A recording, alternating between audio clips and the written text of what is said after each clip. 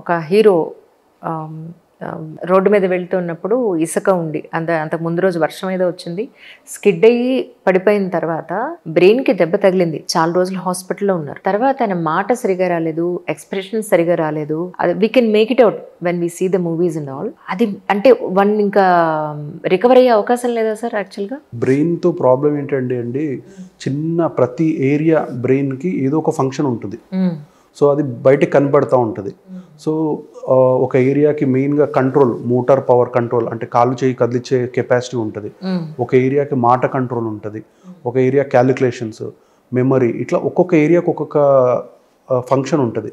So చిన్న area effect అయినా మనకి బాగా కనిపిస్తుంది అండి. అండ్ బ్రెయిన్కి రీజనరేషన్ కెపాసిటీ పుట్టిన తర్వాత ఫస్ట్ 2 yearsలో బ్రెయిన్ బాగా ఫామ్ అయిపోతుంది. ఆ తర్వాత దాని రీజనరేటివ్ కెపాసిటీ తక్కువ.